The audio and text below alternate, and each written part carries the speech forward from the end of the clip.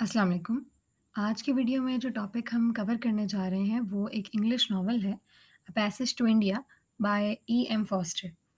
ये एक बहुत ही मज़ेदार वीडियो होने वाली है और साथ ही साथ बहुत ही ज़्यादा इम्पॉर्टेंट भी बिकॉज़ ये नॉवल एक काफ़ी इम्पॉर्टेंट समझा जाता है किसी भी कोर्स के अंदर। तो सबसे पहले इसके इंट्रोडक्शन की तरफ चलते हैं। इसको लिखा है ई.एम. फॉस्टर यानी कि एडवर्ड मॉर्गन फॉस्टर ने।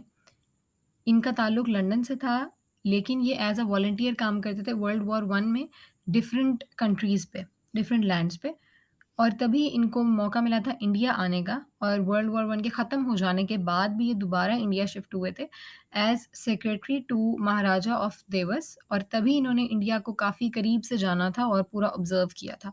तो जो तमाम तर इनकी ऑब्ज़र्वेशंस थी, उन्हीं को रिकॉर्ड किया था एक नॉवल के अंदर और वो नॉवल काफ़ी लॉन्ग टाइम तक वो लिखते रहे 1912 से लेके 1924 तक और फिर बाद में उसको ही अ पैसेज टू इंडिया के नाम से पब्लिश करवाया गया 1924 में। इसका जॉनर अगर हम देखें तो वो पॉलिटिकल फ़िक्शन है क्योंकि काफ़ी ज़्यादा पॉलिटिक्स से डील करता है। ब्रिटिश और इंडियंस प्री इंडिपेंडेंस टाइम्स इनसे डील करता है और साइकोलॉजिकल नॉवल भी है क्योंकि इसमें काफ़ी हद तक साइकोलॉजिकल एनालिसिस भी है कैरेक्टर का। फिर सेटिंग देखें तो वो फ़िक्शनल सिटी ऑफ चंद्रपुर लिया गया है इस नॉवल के अंदर। अच्छा अब नॉवल की जहाँ तक हम स्टार्टिंग की तरफ आ जाते हैं कि नॉवल स्टार्ट कहाँ से हुआ है, तो यहाँ पे बॉटम राइट कॉर्नर में एक पिक्चर देख सकते हैं आप। ये इससे रिलेटेड है कि कैसे ब्रिटिश ने इंडिया को कॉलोनाइज़ करके रखा हुआ था। किस तरह से उन्होंने इंडिया के ऊपर अपनी हुकूमत कायम करके रखी हुई थी, तो उनका जो रिलेशन इंडियंस के साथ था, वो कॉलोनाइज़र और कॉलोनाइज़्ड का सा था। तो यानी कि वो इंडियंस को कोई ख़ास अच्छा नहीं समझते थे, जो मोस्ट ऑफ़ द ब्रिटिश थे वो। तो यहाँ पे पिक्चर में देखा जा सकता है कि कैसे वो अपनी कार को लेके जा रहे हैं किसी बाज़ार के बीच में से, बगैर ये देखते हुए कि इर्द-गिर्द के लोग कितना डिस्टर्ब हो रहे हैं उससे। तो जो अगर नॉवल का बाकायदा आगाज़ करें तो बाकायदा आगाज़ होता है एक सीन से यानी कि जिसमें प्रोटैगनिस्ट डॉक्टर अज़ीज़ अपीयर होता है। वो अपने फ्रेंड्स हमीदुल्लाह, महमूदुल्लाह के साथ बैठ के बात कर रहे हैं कि क्या इंडियंस और ब्रिटिश के दरमियान कोई दोस्ती मुमकिन है? क्या ऐसा हो सकता है कि वो इस कॉलोनाइज़र और कॉलोनाइज़्ड रिलेशनशिप के बावजूद भी आपस में दोस्त हो सकें? फिर हम एक और सीन में देखते हैं कि रॉनी हीस्लॉप जो कि सिटी मैजिस्ट्रेट है चंद्रपुर का, उसकी मदर यानी कि मिसेस मूर और उसकी फियांसे यानी कि मिस एडला क्वेस्टेड वो दोनों आ जाती हैं चंद्रपुर यानी कि इंडिया आ जाती हैं वो दोनों इंग्लैंड से। हम देखते हैं कि काफ़ी उनका वार्म वेलकम किया जाता है इंडिया में ऑब्वियसली सिटी मैजिस्ट्रेट के रिलेटिव्स आ रहे हैं। आगे जो सीन पहले मैंने बताया उसी को कंटिन्यू करते हुए डॉक्टर अज़ीज़ जब अपने दोस्तों के साथ बैठा होता है तो वहीं पे उसको पैगाम दिया जाता है कि मेजर कैलेंडर जो है वो उसको बुला रहा है। अब मेजर कैलेंडर कौन है? जिसके अंडर डॉक्टर अज़ीज़ जिस हॉस्पिटल में काम करता है, वो उसको बुला रहा है। किसी काम से वो उसको वहाँ पे बुला रहा है अपने घर। अब डॉक्टर अज़ीज़ अपने सारे काम छोड़ के फ़ौरन उसके पास जाता है मेजर कैलेंडर के पास और जब तक वो वहाँ पहुँचता है, घर जो ही पहुँचता है मिस्टर कैलेंडर के तो उसको पता लगता है कि मिस्टर कैलेंडर तो पहले ही जा चुके हैं। तो ये अज़ीज़ को काफ़ी इंसल्ट लगती है अपने ऊपर और साथ ही साथ इंसल्ट उसकी डबल कब हो जाती है जब मिसेस कैलेंडर यानी कि जो मेजर कैलेंडर की वाइफ़ है, वो अज़ीज़ का टोंगा अपने पास ले जाती है, बगैर उससे पूछे उसका टोंगा खुद लेके कहीं भी चली जाती है, जहाँ पे भी उसने जाना होता है। तो डॉक्टर अज़ीज़ इन सारी इंसल्ट को फ़ील करते हुए काफ़ी दुखी होता है और वो पीस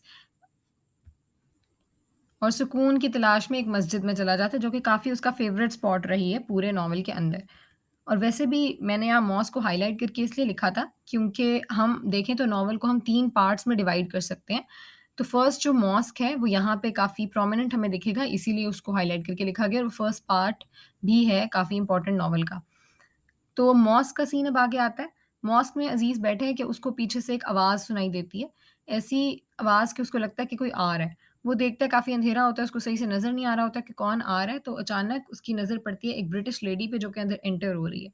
उसको देखते ही सबसे पहले वो चिल्ला के बोलता है कि आपने अपने शूज़ बाहर उतार के आने हैं। तो वो हैरान होता है बहुत जब वो देखता है कि वो ऑलरेडी अपने जूते बाहर उतार के ही आई है। तो वो बताती है कि वो होती हैं एक्चुअली मिसेज़ मूर जो कि रॉनी हिस्लॉप की वाइफ़ सॉरी मदर जो कि इंडिया जस्ट आई हैं और वो ये कहती हैं कि मुझे पता है कि ये एक रिलीजियस और सेक्रेड प्लेस है और यहाँ पे हमने जूते उतार के आने होते हैं। तो इस बात से अज़ीज़ बहुत ज़्यादा खुश होता है और ये उनकी होती है फर्स्ट मीटिंग जो कि मॉस्क में होती है। यहाँ पे मॉस्क में वो काफ़ी देर बात करते रहते हैं और इस तरह की भी बात होती है कि अज़ीज़ समझता होता है कि सारे ब्रिटिश एक जैसे हैं, जो कि कभी भी इंडियंस या मुस्लिम या हिंदूज़ किसी से भी इतना अच्छा रिलेशनशिप कायम नहीं कर सकते, इतने अच्छे से उनको समझ नहीं सकते। लेकिन यहाँ पे वो थोड़ा अपने आप को गलत साबित होता हुआ देख रहा होता है, तो वो बहुत खुश हो रहा होता है इस चीज़ से, और यहाँ पे उनकी एक अच्छी फ्रेंडली रिलेशनशिप हम देखते हैं ब्रिटिश और इंडियन के बीच। तो यहाँ से वो बात करते-करते उनका जो क्लब है चंद्रपुर में ब्रिटिश क्लब, उसके बाहर तक आ जाते हैं, और लेकिन जब मिसेज़ मूर चाहती हैं कि अज़ीज़ उनके साथ अंदर आए, तो अज़ीज़ ये कह के उनको मना कर देता है कि वो वहाँ पे अलाउड नहीं है। वो सिर्फ़ ब्रिटिश क्लब है, तो वहाँ पे कोई भी इंडियन नेटिव अलाउड नहीं होता। तो फिर मिसेज़ मूर काफ़ी ज़्यादा इस बात से परेशान होके फिर वो अंदर चली जाती हैं, मगर अकेली। अज़ीज़ उनको गेट पे ही छोड़ के वापस चला जाता है।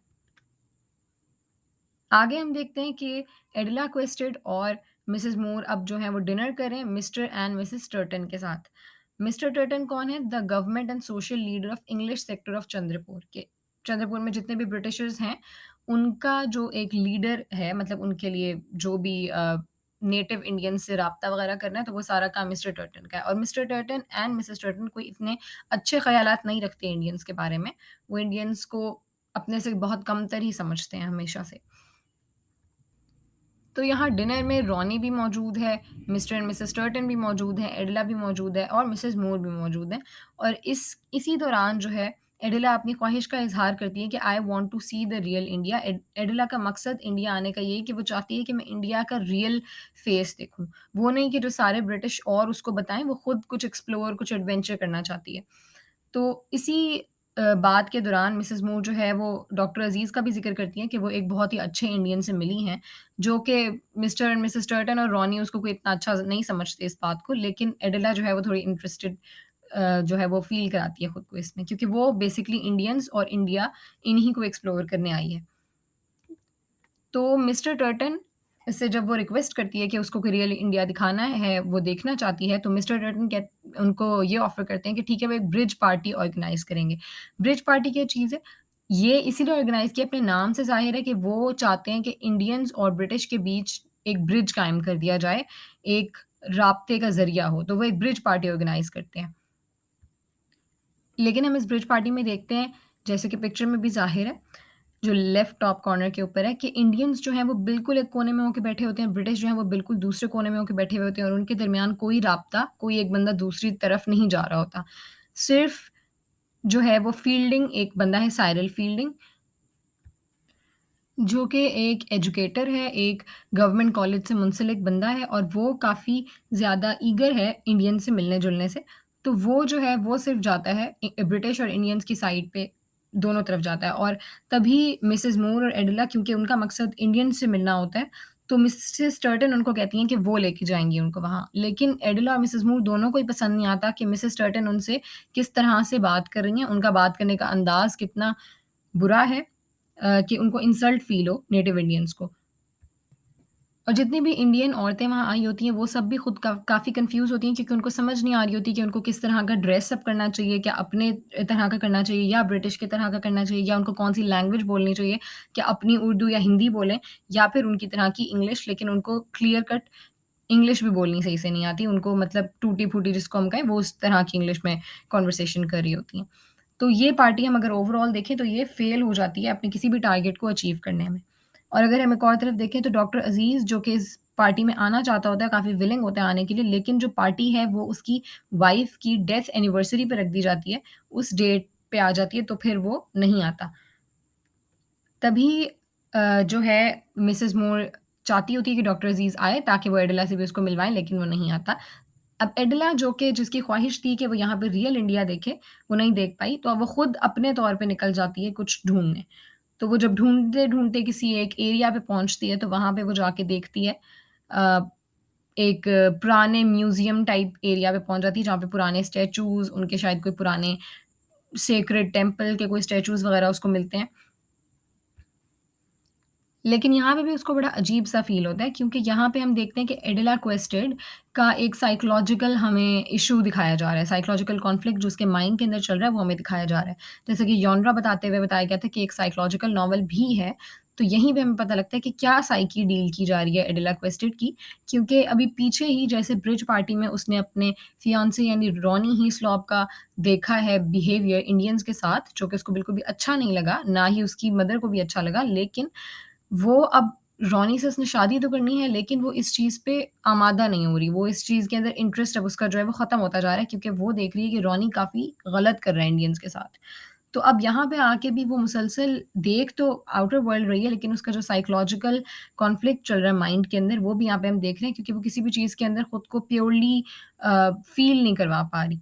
क्योंकि वो मुसलसल एक ही चीज़ सोचे जा रही है कि वो रॉनी के साथ मतलब किस तरह से रहने वाली है, जबकि उन दोनों का कोई मेंटल कंपैटिबिलिटी नहीं उसको नज़र आ रही। अब ब्रिज पार्टी के फेल हो जाने के बाद एक और आता है, जिसको हम कहते हैं टी पार्टी।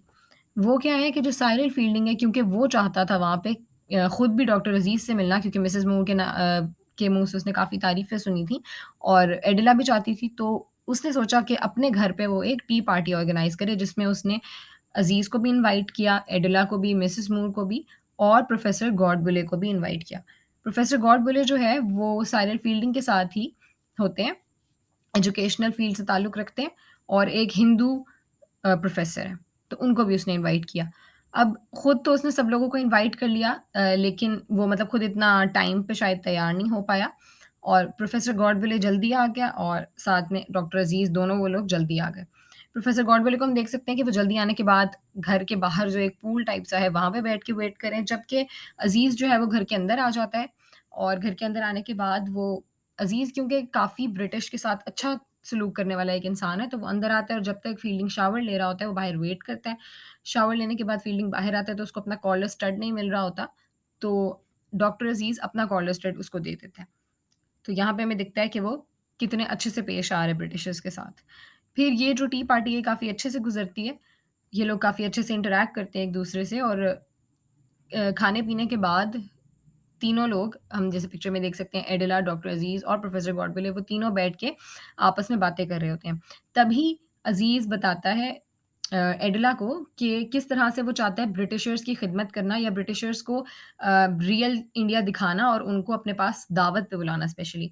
तो यहाँ पे वो कहता है कि वो एक दिन इन लोगों को ज़रूर अपने घर दावत पे बुलाएगा। और साथ में ही वो मिस्टर एंड मिसेस भट्टाचार्य, जो कि एक इंडियन हिंदू फैमिली है, उनका भी ज़िक्र करता है कि उन्होंने भी एक बार इनको कहा था कि हम आपको अपने घर दावत पे बुलाएँगे, लेकिन आज तक उन्होंने इनके लिए कैरेज नहीं भेजा अपने घर बुलाने के लिए। तो यहाँ पे डॉक्टर अज़ीज़ कहता है कि यकीनन वो लोग जो हैं, वो आपको बुलाना ही नहीं चाहते थे। और साथ में वो अपने थोड़े-से नंबर बनाने के लिए वो कहता है कि मैं तो ज़रूर अपने घर आप लोगों को इनवाइट करूँगा। लेकिन अनफॉर्च्युनेटली इसके बाद ही अज़ीज़ की तबीयत कुछ ख़राब हो जाती है और वो अपने घर के अंदर ही स्टे करता है, वो घर से बाहर नहीं निकलता और सारे लोग उससे मिलने आते हैं, उसके मुस्लिम फ्रेंड्स और उसके कलीग्स वग़ैरह। लेकिन वहीं पे उसको हैरानी तब होती है जब साइरल फील्डिंग उससे मिलने आता है, लेकिन उसको अफ़सोस भी होता है कि वो उसके किस छोटे से और कितने गंदे से घर में फील्डिंग को आना पड़ गया उससे मिलने के लिए। और उसको मज़ीद इंसल्ट तब फ़ील होती है जब मेजर कैलेंडर की तरफ से भेजा गया डॉक्टर पन्ना लाल भी वहाँ पे आते हैं और ये देखने के लिए सिर्फ़ कि क्या अज़ीज़ सच में बीमार है या वो सिर्फ़ झूठ बोल के हॉस्पिटल नहीं आ रहा। तो यहाँ पे फिर हमें दिखाया जाता है कि किस तरह से ब्रिटिश जो हैं वो इंडियंस को लेट डाउन हर वक़्त फ़ील कराते हैं और मतलब किस तरह से उनकी इंसल्ट हर वक़्त होती रहती है। नेक्स्ट हम देखते हैं कि अब जब डॉक्टर अज़ीज़ क्योंकि बीमार है, लेकिन उसको बीच में पता चलता है कि एडिला और मिसेज़ मूर उसका वेट कर रही हैं उसके इन्विटेशन का, लेकिन वो अपने घर पे नहीं बुलाना चाहता होता स्पेशली क्योंकि उसका घर इस काबिल नहीं होता। तो फिर डॉक्टर अज़ीज़ आखिरकार उनको ये इन्विटेशन भिजवाता है कि वो चाहता है कि वो उनको मैराबर केव्स लेके जाए, जो कि काफ़ी एक अच्छा स्पॉट है, हिस्टोरिकल साइट वो समझता है कि है, तो वहाँ से वो अच्छा एक रियल फेस ऑफ इंडिया देख सकते हैं।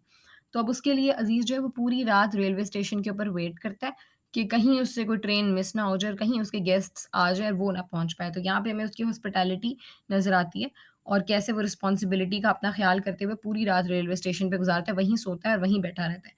लेकिन unfortunately Mrs Moore and Miss Adela वो दोनों टाइम पे आ जाती हैं, लेकिन साइरल फील्डिंग और प्रोफ़ेसर गॉडविले को आने में देर हो जाती है और वो अपनी ट्रेन मिस कर देते हैं। तो वो लोग कहते हैं कि हम नेक्स्ट ट्रेन पकड़ के आएँगे, लेकिन हमें आते-आते काफ़ी देर हो जाएगी, तो आप लोग चले जाएँ और आप लोग मतलब अपना एडवेंचर हमारे लिए ख़राब ना करें।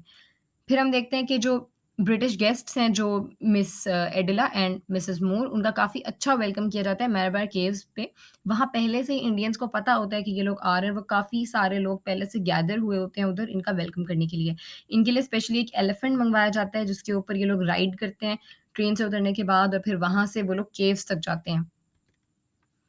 अब हम यहाँ पे पिक्चर्स देख सकते हैं केव के अंदर और बाहर की। जो केव के बाहर है वहाँ सारा मतलब सनलाइट है पूरी, अच्छा लाइटेंड एटमॉस्फेयर है और वहाँ पे एलिफेंट पे ये लोग बैठ के राइड कर रहे हैं, लेकिन अंदर हम देखते हैं कितना डार्केंड है। जबकि दिन का टाइम है, सुबह का टाइम है, फिर भी इतना डार्केंड एटमॉस्फेयर है कि इतना हॉरिबल वो एक सीन क्रिएट कर रहा है वहाँ पे। तो जब ये लोग केव्स के अंदर जाते हैं तो वहाँ पे साउंड इतनी एको हो रही होती है, इतनी ज़्यादा एक बंदा भी बोले तो वो साउंड इतनी पलट-पलट के वापस आ रही होती है कि मिसेस मूर जो है वो अजीब डिज़ी फ़ील करना शुरू कर देती हैं। उनको ऐसा लगता है कि उनको उनकी तबीयत ख़राब हो रही है, तो वो कहती हैं कि मैं बाहर वेट करूँगी और मैं मज़ीद ये जो है एडवेंचर कंटिन्यू नहीं करना चाहती। लेकिन वो उनका एडवेंचर ख़राब भी नहीं करना चाहती एडिला का, तो वो ये कहती हैं मिसेस मूर कि एडिला जो है वो अज़ीज़ के साथ जाके मज़ीद जितना घूमना-फिरना चाहे वो घूम ले, लेकिन वो बाहर बैठ के वेट करेंगी। तो वो बाहर बैठ के वेट कर रही होती हैं, इतनी देर में वो दोनों अकेले घूमते हैं और एडिला जो है वो तभी अज़ीज़ से कुछ सवालात करती है, जो कि अज़ीज़ को थोड़े अजीब लगते हैं। वो सवाल इसलिए करती है क्योंकि उसकी भी साइकोलॉजिकल कंडीशन जैसे कि पहले ज़िक्र किया था, वो थोड़ी अजीब-सी हुई हुई है इस टाइम पे। एडिला जो है वो अपने और रॉनी के रिलेशनशिप को लेके अभी तक स्टिल बहुत कन्फ्यूज़्ड है कि उसको क्या करना चाहिए? क्या उसको शादी करनी चाहिए उससे या नहीं? क्योंकि वो उन दोनों का मेंटल स्टेट जो है वो state of thinking, state of mind वो मैच नहीं करता आपस में। तो एडिला यहाँ पे डॉक्टर अज़ीज़ से पूछती है कि क्या उसकी वाइफ़ जो थी वो 1 थी या 1 से ज़्यादा थी? उसको ये पता था कि उसकी वाइफ़ की जो है वो उसकी डेथ हो चुकी है, लेकिन उसको ये नहीं पता था कि उसकी वाइफ़ से उसकी अरेंज मैरिज थी या लव मैरिज थी। उसकी वाइफ़ से उसका कैसा ताल्लुक था? उसकी वाइफ़ को उसने शादी से पहले देखा भी था या सिर्फ़ फ़ोटोग्राफ देखी थी? तो मतलब इस तरह के कुछ सवालात उसके माइंड में उठते हैं, तो वो पूछना शुरू हो जाती है। और इसी में डॉक्टर अज़ीज़ को थोड़ा अजीब लगता है कि किस तरह के सवालात मुझसे पूछ रही है और वो इनसे थोड़ा ऑफेंडेड टाइप सा फ़ील करते हैं और वो फिर अ एडिला को कहता है कि वो थोड़ी देर उसका वेट करे और वो साइड पे चला जाता है। साइड पे जाके वो अपने आप को थोड़ा कंपोज़ करता है, साइड पे बैठता है, एक सिगरेट पीता है, लेकिन उसको नहीं पता होता कि पीछे एडिला क्या कर रही है। मतलब उसको पता होता है कि वो उसके लिए वेट कर रही होगी, पीछे एक गाइड भी होता है जो एडिला के साथ वो छोड़ के आया होता है कि एडिला अकेली कन्फ्यूज़ ना हो। लेकिन स्टिल जब वो वापस आता है तो वो देखता है कि वहाँ एडिला नहीं है। और हमें दिखाया जाता है जो पीछे अज़ीज़ के जाने के बाद कि एडिला जो है वो एक केव से दूसरे केव में जा रही है और उसके पास उसकी बायनॉक्युलर्स गले में लटकी हुई है उसकी दूरबीन, लेकिन मतलब वो देखना चाह रही है इधर-उधर और वो एक से दूसरे केव में जा रही है, लेकिन गाइड जो है वो उसको एक केव तक तो देखता है बट आगे वो नहीं देख पाता कि वो कौन-से केव में चली गई है। डॉक्टर अज़ीज़ वापस आता है और गाइड से पूछता है कि एडिला किधर है और उसको वो नहीं मिल रही होती। वो हर केव में जाके उसको आवाज़ें देता है, उसको ढूँढता है, तो अचानक उसको नीचे से एक कार की आवाज़ आती है और वो मतलब थोड़ा आगे होके हिल से नीचे देखता है तो वहाँ पे मिस डेरेक की कार होती है जिसमें वो जा रही होती है।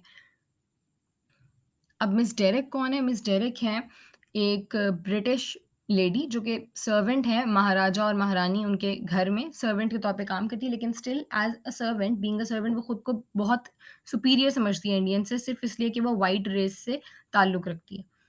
तो वो उसको लेके जा चुकी होती है, तो वो ये समझता है कि शायद एडिला जो है वो मज़ीद नहीं घूमना चाह रही होगी, वो चली गई होगी, लेकिन साथ ही साथ उसको एक अजीब-सी फ़ीलिंग हो रही होती है कि ये क्यों अचानक चली गई है।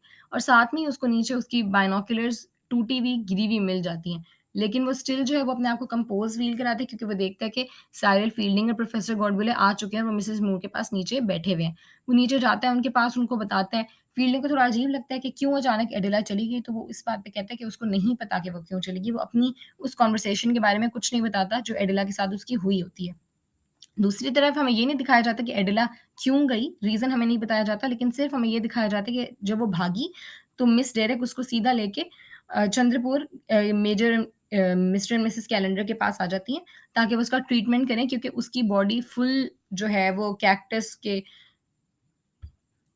काँटे उसके ऊपर लगे होते हैं। कैक्टस प्लांट के पूरे काँटों की वज़ह से उसकी जो पूरी बॉडी है वो ब्लीडिंग हो रही है वहाँ से और वो इतनी अजीब-सी एक सिचुएशन में एक पैनिक अटैक टाइप सा उसको आया हुआ है और वहाँ पे वो उसको काम डाउन करने की कोशिश कर रहे हैं। उनको समझ नहीं आ रहा है कि इसके साथ क्या हुआ है।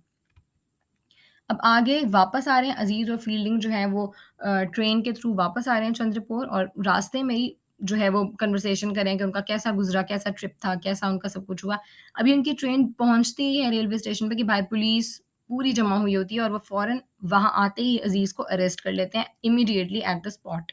इस पे फ़ील्डिंग को भी थोड़ा अजीब लगता है कि ये क्यों अज़ीज़ को भी समझ नहीं आता कि मतलब उसको अरेस्ट क्यों करें, उसको रीज़न भी नहीं बताया जाता, वो पूछ रहा है लेकिन उसको कुछ नहीं बताया जा रहा, सीधा उसको अरेस्ट करके उठा के ले जाते हैं।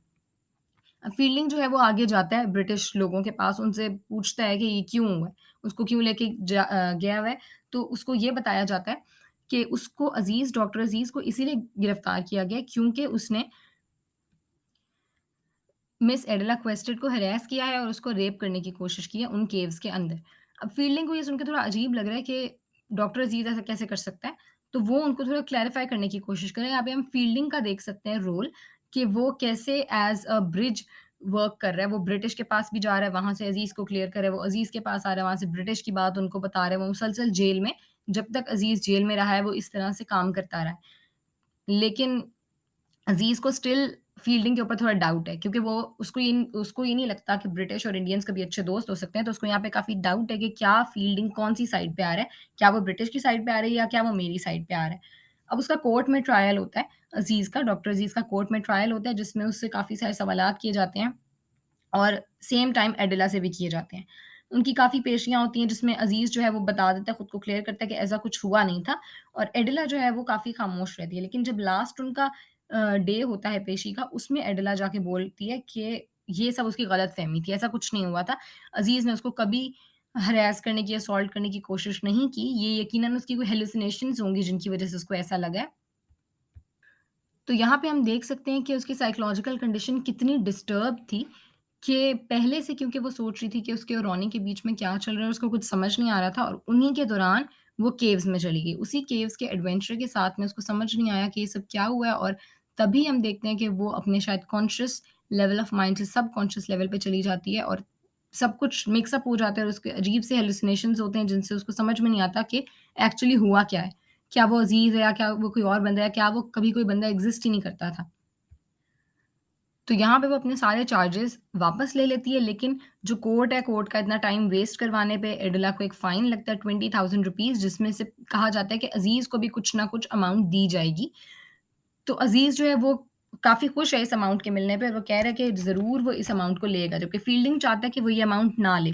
फ़ील्डिंग आके उससे रिक्वेस्ट करता है कि वो ये अमाउंट ना ले और माफ़ कर दे उसको, लेकिन अब अज़ीज़ जो है वो पक्का हो गया इस बात पे कि फ़ील्डिंग जो है वो ब्रिटिश के साइड पे ही है, तभी वो उसका फ़ाइन माफ़ करवाना चाहता है।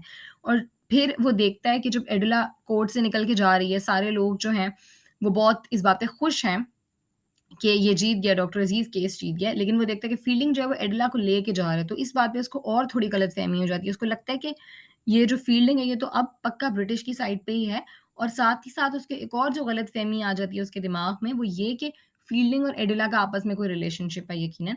शायद फील्डिंग जो है वो एडिला को पसंद करता है, कुछ इस टाइप का इनका रिलेशन है और इसीलिए वो एडिला को बचा रहे हैं मुसलसल और इसलिए वो ये भी चाहता है कि वो फ़ाइन माफ़ कर दे, लेकिन वो कहता है कि वो फ़ाइन किसी सूरत भी माफ़ नहीं करेगा। यहाँ पे एक और चीज़ भी है जो काफ़ी काबिल ज़िक्र है, वो ये कि जब ये सारा कोर्ट ट्रायल हो रहा होता है, जब मिसेज़ मूर भी वापस आती हैं चंद्रपुर उन मैराबार केव से, तो हम देखते हैं कि मिसेज़ मूर वापस आते ही रॉनी को समझाती हैं कि ये सब जो है अज़ीज़ कभी नहीं कर सकता क्योंकि वो काफ़ी अज़ीज़ की अच्छी फ्रेंड बन चुकी हैं, तो वो काफ़ी अच्छे से अज़ीज़ को जानती हैं। तो वो कहती हैं अज़ीज़ ये कभी नहीं कर सकता। लेकिन रॉनी क्योंकि ये बात नहीं मानना चाहता, रॉनी को काफ़ी इस बात पे गुस्सा आता है अपनी मदर की बात पे, तो वो कहता है कि मैं आपको फ़ौरन इंग्लैंड आज रात की ही शिप से वापस भेज रहा हूँ। तो जब वो ये कहता है तो वो रातों-रात मिसेज़ मूर को वापस भेज देता है, जिस रात मतलब नेक्स्ट डे उनका कोर्ट ट्रायल होना होता है। मिसेज़ मूर वापसी के सफ़र के दौरान ही उनकी डेथ हो जाती है और उनका जो है यहाँ पे चैप्टर क्लोज़ हो गया है और अब हम देखते हैं कि जो ये केव्स वाला पोर्शन था पूरा, काफ़ी ज़्यादा ड्रामेटिक किस्म का, वो भी यहाँ पे एंड होता है। लास्ट सेक्शन जो है इसका वो है टेम्पल वो होता है अब ये 2 साल का अरसा गुज़र चुका है और हम देखते हैं कि 2 साल बाद जो डॉक्टर अज़ीज़ है वो राजा ऑफ माओ एक जगह आ गई है माओ डिफरेंट चंद्रपुर से दूर, वहाँ पे अब अज़ीज़ शिफ्ट हो गया। अज़ीज़ ने अब चंद्रपुर ही छोड़ दिया। वो माओ शिफ्ट हो गया और वहाँ प्रोफ़ेसर गॉडविले ने उसको एक अच्छी जो है वो जॉब दिलवा दी है डॉक्टर ऑफ राजा ऑफ माओ के यहाँ वो डॉक्टर बन चुका है। तो अब वो यहाँ पे रहने लग गया अपने 2 बच्चों के साथ, 1 बेटा और 1 बेटी के साथ वो इधर रहने लग गया। और अब हम देखते हैं कि 2 साल के बाद अब मिस्टर फील्डिंग जो है वो वापस इंडिया आया है। वो इंग्लैंड चला गया था उस टाइम एडिला के साथ और अब वो जाके आया है। तो इतने अरसे के अंदर मिस्टर फील्डिंग ने जितने भी लेटर्स लिखे हैं अज़ीज़ को, अज़ीज़ ने एक भी लेटर का जवाब नहीं दिया क्योंकि उसको कहीं न कहीं इस बात का यकीन था कि यकीनन इसने वहाँ जाते ही एडेला से शादी कर ली होगी और अब ये उसके साथ ही होगा और जैसे ही वो वापस आता है तो फील्डिंग उसको कहता है कि मैंने तुम्हें अपनी वाइफ़ से मिलवाना है। तो वो कहता है कि मुझे आपकी वाइफ़ से मिलने की कोई ज़रूरत नहीं क्योंकि उसको पता होता है कि यकीनन ये वही होगी एडेला। तो यहाँ पे हम देखते हैं कि उसकी वाइफ़ असल में एडेला नहीं होती बल्कि होती है स्टेला मूर जो कि मिसेज़ मूर की बेटी होती है।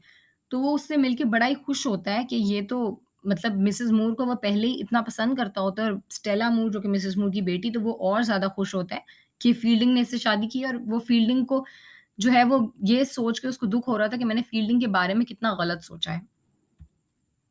अब इस पोर्शन का नाम जो है वो टेम्पल है, लेकिन इसका नाम टेम्पल क्यों है? क्योंकि इसके अंदर हम देखते हैं कि हिंदू फेस्टिवल का एक दिखाया गया, हिंदू फेस्टिवल है आस्तामी फेस्टिवल जिसके अंदर वो बर्थ ऑफ गॉड कृष्णा जो उनका एक लॉर्ड है, गॉड है कृष्णा, उसके बर्थ फेस्टिवल है इनके यहाँ, उसकी सेलिब्रेशंस हो रही होती हैं। तो तभी वो देखता है राल्फ मूर जो कि मिसेज़ मूर का बेटा है, वो भी साथ में ही इंडिया आया हुआ है इस बार। तो वो उसको लेके जाता है पूरा फेस्टिवल दिखाने। वहाँ से उसकी काफ़ी अच्छी उसके साथ दोस्ती हो जाती है। मतलब हम देख रहे हैं कि 2 साल के बाद फिर अज़ीज़ जो है वो एक अंग्रेज़ से, एक ब्रिटिश बंदे से दोस्ती कर रहा है। वो उसको पूरा फेस्टिवल दिखाता है, उसमें घुमाता है।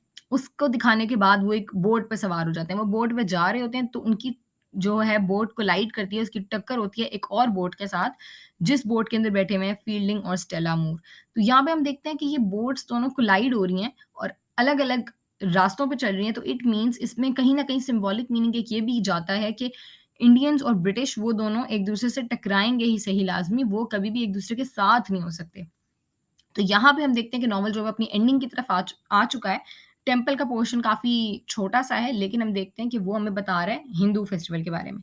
और साथ ही साथ हम ये देखते हैं कि एंड जो है, जो नॉवल का एंड है, वो यहाँ पे होता है कि अज़ीज़ डॉक्टर अज़ीज़ फील्डिंग से कहता है कि क्या हम लोग दोबारा दोस्त बन सकते हैं? क्या एक ब्रिटिश बंदा और क्या एक इंडियन बंदा आपस में दोस्त हो सकते हैं? तो इसका जवाब भी वो खुद ही देता है कि नहीं, जब तक कि इंडिया जो है वो आज़ाद नहीं हो जाता, जब तक कि ब्रिटिश जो हैं वो अपने कंट्रोल से इंडिया को आज़ाद नहीं कर देते, तब तक कोई भी इंडियन और ब्रिटिश उस तरह से दोस्त नहीं हो सकते, जिस तरह से कि उनको दोस्त होना चाहिए।